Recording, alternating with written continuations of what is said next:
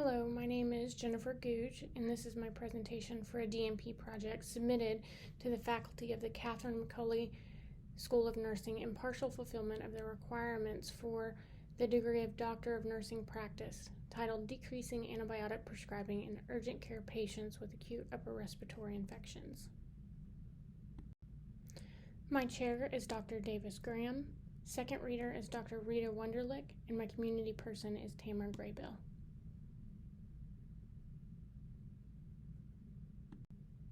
Antibiotic stewardship is essential to avoid unintended side effects or adverse outcomes such as antibiotic resistance and the development of infections such as C. diff. Antibiotic overprescribing and misuse is defined as prescribing the wrong medication, dosage, or duration for the diagnosed condition. The highest rate of inappropriate antibiotic prescribing originates in the outpatient setting, with 46% of unnecessary antibiotics written in the urgent care setting for acute upper respiratory infections or AURIs. Therefore, the question is, why are providers regularly prescribing antibiotics for this condition?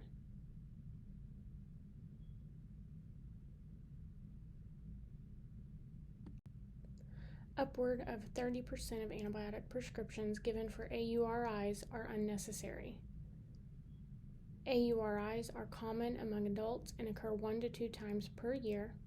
Of these instances, approximately 80% of them are not caused by bacteria. Symptoms of AURIs include, but are not limited to, earaches, headache, sore throat, runny nose, cough, and fever.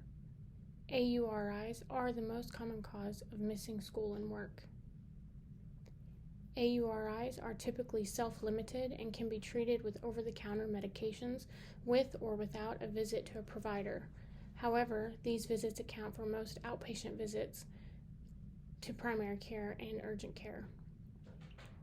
Overprescribing antibiotics can have horrific outcomes, including antibiotic resistance, opportunistic infections such as C. diff, and unwanted side effects. Antibiotic resistance accounts for up to 2,800,000 infections and up to 35,000 deaths yearly. This increases overall medical costs substantially. Up to 35,000 of unintended deaths are caused by antibiotic-resistant pathogens yearly.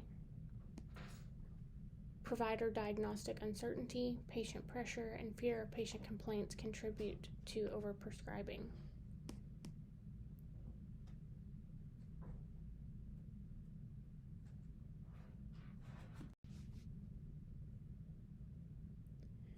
The purpose of this project was to decrease the occurrence of unnecessary antibiotic prescribing in adult urgent care patients aged 18 to 89 with a diagnosis of AURI, as well as increase provider knowledge of and willingness to use current antibiotic prescribing guidelines in this patient population. The specific aims of this project are to impact the health of the adult urgent care population with a diagnosis of AURI by improving the appropriate treatment of their condition and, in turn, decreasing the adverse effects of unnecessary and inappropriate antibiotic prescribing, as well as increasing provider knowledge and willingness to use antibiotic prescribing guidelines.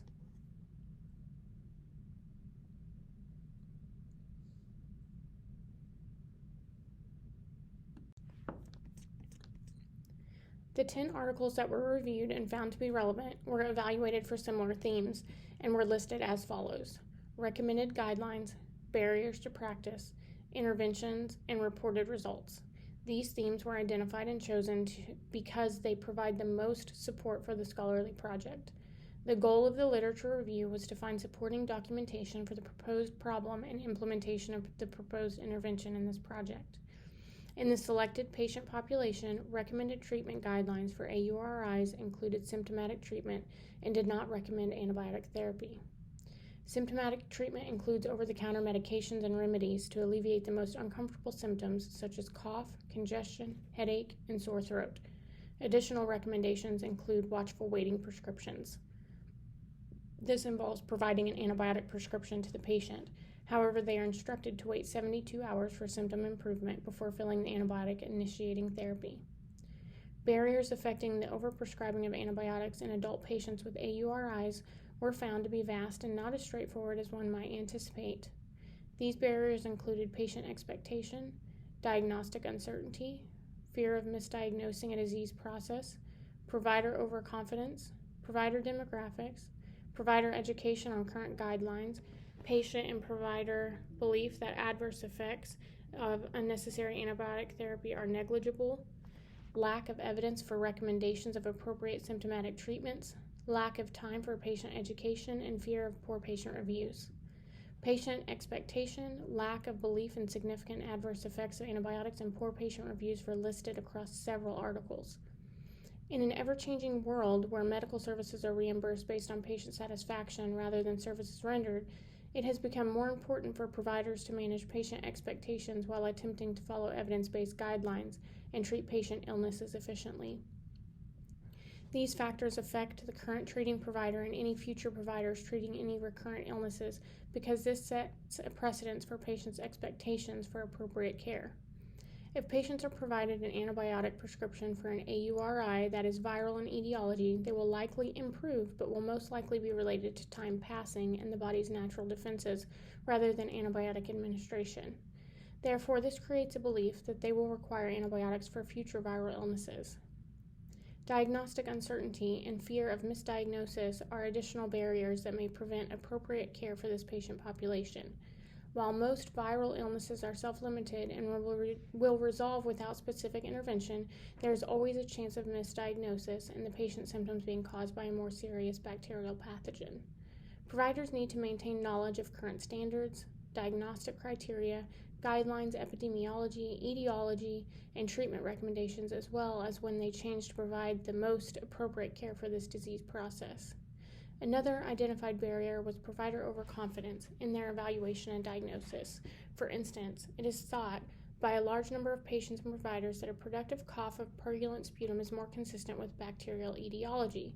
Therefore, if a patient presents with an AURI symptoms and reports these specific complaints, the provider may feel confident in prescribing antibiotics even though studies have indicated that the presence of these characteristics does not increase the chances of bacterial etiology. Across the reviewed articles, provider demographics and education were implicated in influencing provider decisions regarding antibiotic prescribing and AURIs. Age, previous experience, specialty, and years of practice were among the listed demographic factors. Providers over the age of 30 in the family practice role were found to prescribe antibiotics more frequently for AURIs than others. Previous experiences and years of practice were also listed as demographic factors that affect antibiotic prescribing. Previous negative or positive experiences can change or solidify the provider's current practice. Negative experiences may include a patient having an adverse outcome secondary to being prescribed antibiotics when they are not recommended, or having a patient that is misdiagnosed with an AURI and antibiotics are withheld when they were clinically indicated. Lastly, a barrier that was listed in several articles was the lack of time for patient education on current evidence-based treatment guidelines for their illness and adjunct treatments to alleviate their discomfort.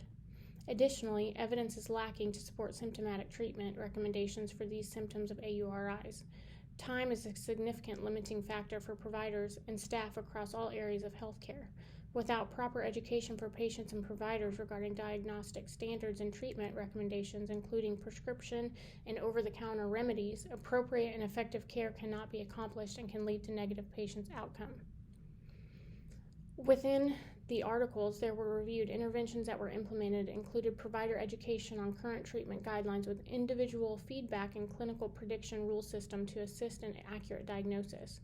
Patient education regarding the appropriate treatment of AURIs, surveys to assess causes of antibiotic overprescribing, a provider prescribing practice dashboard reporting system, electronic medical record changes to assist with accurate diagnosis, and checklists to aid in appropriate decision-making. Individual interviews and interventions with providers who were listed as having higher rates of antibiotic prescribing in certain patient populations, recurrent staff meetings, and case management logs. Electronic medical record changes and interventions are a great way to enact change in the medical setting and a great way to reach a large group within a certain setting. It has been used in research regarding antibiotic stewardship in patients with AURIs, specifically the insertion of pop-ups for specific diagnosis or medication prescribing that show clinical decision tools or current evidence-based practice guidelines for quick review and assistance with appropriate diagnosis and treatment. Education is a key tool used in healthcare to provide the most up-to-date and accurate information to both providers and patients. This can be implemented in several ways, such as paper handouts, PowerPoint presentations, either online or in person, electronic communication via email, or an employer portal. Provider education on current evidence-based practice guidelines, diagnostic criteria, antibiotic stewardship guidelines, and how to communicate with patients is an excellent way to update provider knowledge and increase the occurrence of appropriate patient care. Patient education is important as one of the identified barriers to appropriate practice has been identified as patient expectation and satisfaction. Patient education can be implemented by giving handouts to patients during their visit, posting information in highly visible areas, and conversing verbally with the patient at the time of their visit. Time constraints during patient visits for patient education has also been listed as a barrier to appropriate antibiotic prescribing. Posting resources about antibiotic stewardship in highly visible areas where patients are waiting has been shown to improve patient satisfaction with recommended treatment. Lastly, surveys have been shown to effectively collect and compile a desired information regarding many areas of medicine. Within the reviewed literature, surveys were used to evaluate the potential causes of antibiotic overprescribing from patients' and providers' point of view and experiences. Within the articles that were reviewed, the goal was to implement the interventions that affect the rates of antibiotic overprescribing or to identify the cause of high rates of occurrences. Most of these studies showed to decrease in antibiotic overprescribing in this patient population. One study did not show a decrease in antibiotic overprescribing after implementation of an integrated clinical prediction rule system that would assist with evaluation of the risk of bacterial infections and assist with clinical decision-making. An additional change was identified within a portion of the reviewed studies, including diagnostic shifting. This indicates that providers gave an alternate diagnosis to their patient that would have previously been diagnosed with an AURI that would make their preferred antibiotic treatment appropriate. Lastly, survey results were obtained that alluded to a lack of patient education regarding the differences between viral and bacterial infections, lack of provider education on updated guidelines and diagnostic criteria, and provider and outpatient beliefs that antibiotics do not have a high significant adverse effect and prescribed inappropriately were identified as causes of high antibiotic prescribing rates. Limitations of this literature review included that I was unable to find studies that were involving urgent cares only, instead of grouping them in with other outpatient services. The limitations identified across the reviewed articles include small or limited sample sizes and the sample selection being of convenience rather than random. One study had a low adoption rate of the intervention. The researchers had limited support from providers and administration. Additional limitations was how data was collected. Most data across these studies were collected retrospectively and based on ICD diagnosis codes. One study collected data in real time rather than retrospectively. This does not allow for the inclusion of follow-up information that may be documented. Diagnostic shifting was a significant limitation that was identified in several of the reviewed studies. Research often uses a theoretical framework to provide organization and clarity to the research plan and implementation. For this DMP project, implementation of education to decrease the occurrence of antibiotic overprescribing, Havelock's theory of plan change was used. This theory includes a 6-step approach. Step 1 includes being open to the idea of change. This step was implemented by opening communication with administration and leadership within the organization and informing them of the intent to identify a need for change. Step 2 consists of building relationships. This was accomplished by contacting company leadership and providers within the organization to develop trust and participation in the project. Step 3 is a diagnosis of a problem that needs change. The problem identified within this organization was overprescribing antibiotics in adult patients with a diagnosis of AURIs. Step 4 involves gathering resources. Research articles were reviewed and synthesized to support the problem and intended interventions. Step 5 is the identification, implementation, and evaluation of interventions. This step involved frequent communication with the administration, leadership within the organization. This will also include evaluating provider engagement in education meetings, reviewing feedback, and answering any questions submitted. Lastly, step 6 is creating a plan for sustainability. This will be implemented by providing readily available education materials for providers to access at any time.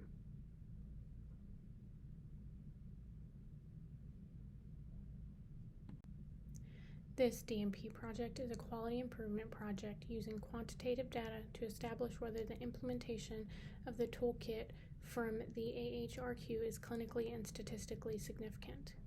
The project has two parts, listed as Part A and Part B.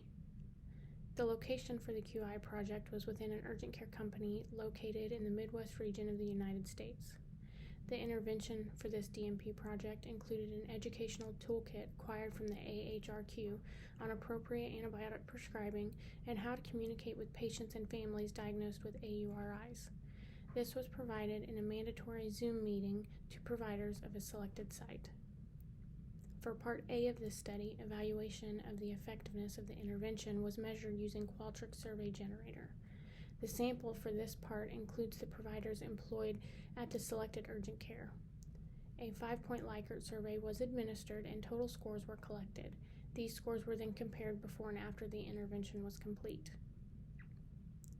For Part B of this study, the sample includes a retrospective chart review from adult patients ages 18 to 89 diagnosed with an AURI who were evaluated between November 20th, 2023 and December 19th, 2023, and who met the project's inclusion and exclusion criteria. The data collection instrument that was used was created prior to the university's internal review board's approval. This data collection instrument contained only the necessary information for this study, including age, gender, diagnosis of an upper respiratory infection, and whether antibiotics were prescribed. This data collection sheet provided a code for yes or no answers as 1 and 2 respectively. All data was collected and coded to make it nominal and documented on the data collection instrument. This instrument was used to document information and assess the effectiveness of the intervention.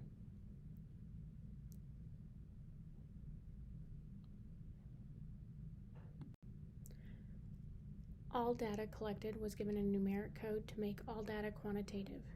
Data was collected and presented to the Maryville statistical consultant, Dr. Pauls, who assisted with statistical analysis using SPSS statistical software.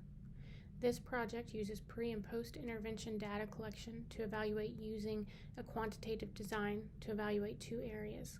Part A, the knowledge and willingness of providers to use antibiotic prescribing guidelines, and Part B, the antibiotic prescribing rates in patients diagnosed with AURIs ages 18 to 89 presenting to the urgent care.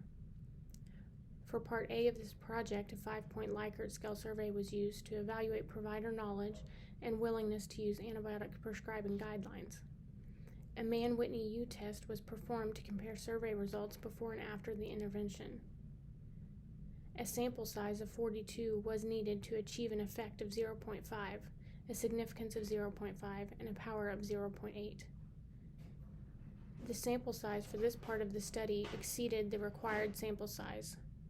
There were 24 provider surveys included in the pre-intervention period and 24 provider surveys included in the post-intervention period.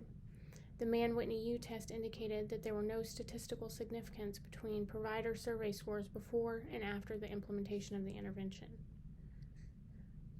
For Part B of this project, extrapolated data was input into SPSS to evaluate the differences before and after the provided intervention using a z-test of 2 proportions.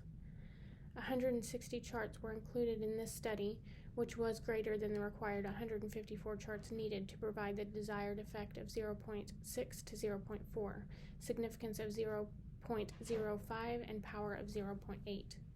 While there was an overall decrease in antibiotic prescribing in the pre- versus post-implementation sample groups, there was no significant evidence to suggest that antibiotic prescriptions decreased between the pre- and post samples secondary to the implemented intervention.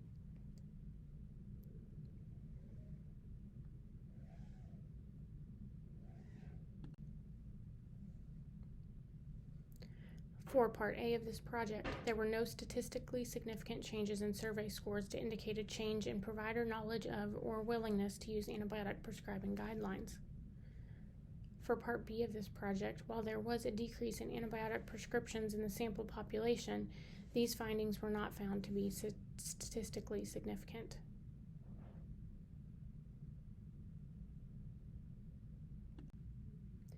Some limitations of the project included participation in Part A of this study. Higher provider engagement in the survey was anticipated. Higher provider engagement would give a better representation of the sample population. Provider engagement could have been increased by offering incentive to complete pre- and post-intervention surveys. A second limitation included for Part B of this project was that an electronic medical record soft stop alert was intended to be put into place when a diagnosis of AURI was entered. This was unable to be completed. The EMR changes could have provided a real-time reminder for appropriate treatment guidelines for this patient population and could have changed the study results.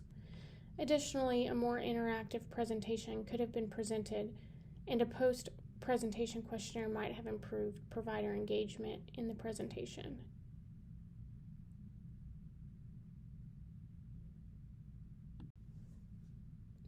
The DMP project, decreasing antibiotic prescribing in urgent care patients with acute upper respiratory infections, was implemented to evaluate antibiotic prescribing rates in urgent care patients ages 18 to 89 with a diagnosis of AURIs and provider knowledge and willingness to use antibiotic prescribing guidelines after the implementation of education acquired from the AHRQ.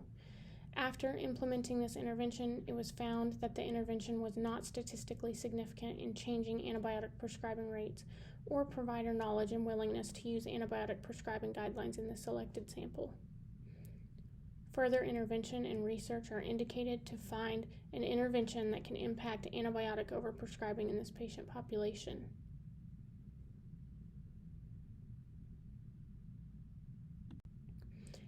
As healthcare providers, the number one priority should be to provide the best quality and safest care possible to patients. It has been previously stated that the unnecessary prescribing of antibiotics can lead to antibiotic-resistant and superinfections, such as C. diff. This project shows that there is a need for further research and interventions to make a positive impact on the rates of unnecessary antibiotic prescribing in adult patients with a diagnosis of AURI, as well as provider knowledge and willingness to use antibiotic prescribing guidelines.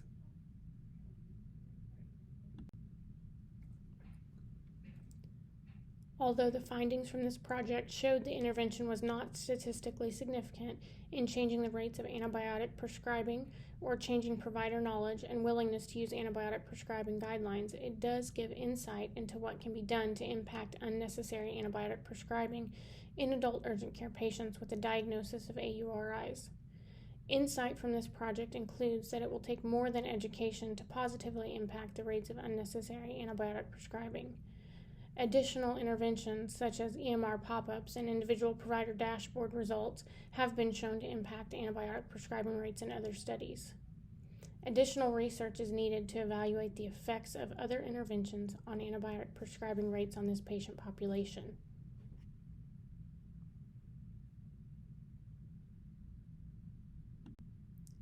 This DMP project, decreasing antibiotic prescribing in urgent care patients with acute upper respiratory infections, was implemented to evaluate antibiotic prescribing rates in urgent care patients ages 18 to 89 with a diagnosis of AURIs and provider knowledge and willingness to use antibiotic prescribing guidelines after the implementation of education acquired from the AHRQ.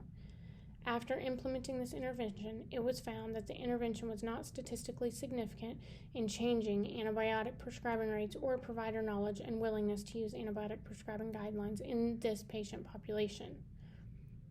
Further intervention and research are indicated to find an intervention that can impact antibiotic overprescribing in this patient population. Please scan this QR code to access a list of references. Additionally, you can see my name, credentials, and email to contact if needed.